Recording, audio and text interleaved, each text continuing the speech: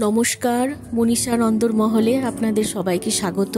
আজকে দিনটা কেমন কাটলো সবাইকে জানাতে হবে, তবে তো বুঝতে পারবো কে কেমন আছে। কমেন্ট করে না জানালে কি করে বুঝবো। ঠাকুরের পুজো করে আজকে দিন শুরু করলাম। এখন তো সিজন চেঞ্জের সময়, সাবধানে সবাইকে থাকতে হবে। আমাদের একটু আধটু ঠান্ডা লেগেছে। আজকে ব্রেকফাস্টে আপনাদের সবার পছন্দের একটা রেসিপি নিয়ে এসেছি, আলু পরোটা। আর ডিনারের একটা রেসিপি, এগ তড়কা। এই দুটোই আজকে দেখাবো কিভাবে রান্না করতে হয়। আমার মেয়ের মতো যারা কাজের জন্য বা পড়াশোনার জন্য বাইরে থাকো, তাদের এই রেসিপিগুলো আশা করি খুব কাজে দেবে। আলু পরোটা বানানোর জন্যে প্রেসার কুকারে 4টে আলু সেদ্ধ করতে হবে। এরপর ধনেপাতা, কাঁচা লঙ্কা কুচি, পেঁয়াজ কুচি, এগুলো সব ওই আলুটার সঙ্গে ভালো করে মাখতে হবে। এরপর কিছুটা নুন, জিরে গুঁড়ো, ধনে গুঁড়ো, গরম মশলা এসব দিয়ে খুব ভালো করে মেখে নিতে হবে। কাশ্মীরি মির্চ দিলাম, দিয়ে একটু গোল শেপে এটা আনতে হবে। দিয়ে 8 পিস করলাম। এবার আটাটাকে ভালো করে মেখে নিয়ে এরকম গোল গোল করে আনতে হবে। দিয়ে এরপর এটা পুরটা ভেতরে ভরতে হবে। পুরটা ভেতরে দিয়ে খুব ভালো করে মুড়িয়ে নিতে হবে, যাতে বেলার সময় ওই পুরটা যাতে বাইরে বেরিয়ে না যায়। ময়দা দিয়ে ভালো করে লেচিটাকে বেলে নিতে হবে। সাদা তেল দিয়ে ভালো করে ওটাকে ভেজে নিতে হবে।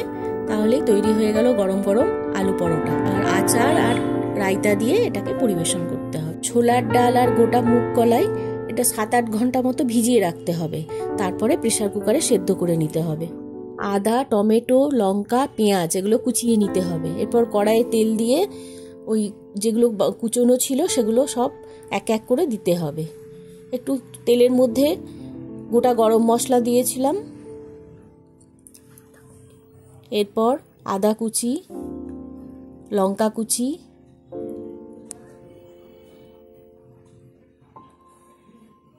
পেঁয়াজ কুচি দিয়ে খুব নেড়ে চেড়ে ভালো করে ভাজতে হবে।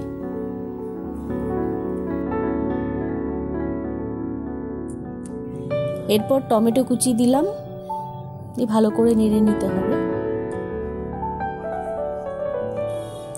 ধনে গুঁড়ো, জিরে গুঁড়ো,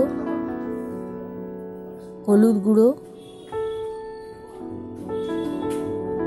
নুন,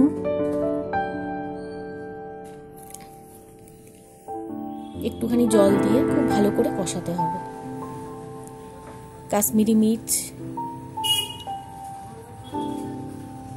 এসব দিয়ে খুব ভালো করে নেড়ে চেড়ে, আর এই তরকার কলাইটা তো সেদ্ধ করে রাখাই আছে, এরপর দিতে হবে কড়াইয়ের মধ্যে। দিয়ে খুব ভালো করে কষিয়ে নিতে হবে।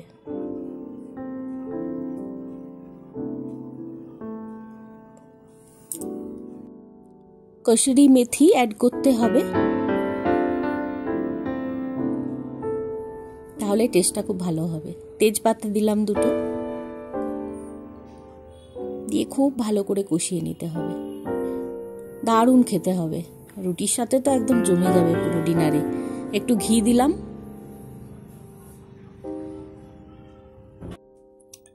কড়াইয়ে অল্প তেল দিয়ে ডিমটা আলাদা করে ভেজে নিলাম। আমি 2টো ডিম দিয়েছিলাম, চাইলে কেউ আরও ডিম দিতে পারে। দিয়ে ভালো করে ভেজে নিয়ে ওই তরকাটার সাথে মিশিয়ে দিলাম। দেখতেও যেমন সুন্দর হয়েছে, আর খেতে তো একদম দারুণ, ফাটাফাটি। ছোট মেয়ে কলেজ থেকে ফেরার সময় দিদির জন্য ডালের পকোড়া নিয়ে এসেছিল। ডিনারে গরম গরম রুটি তড়কা, পেঁয়াজ জমে গেল একদম। এই রেসিপিগুলো ভালো লাগলে একটা লাইক, কমেন্ট এবং সাবস্ক্রাইব করে দেবেন সবাই।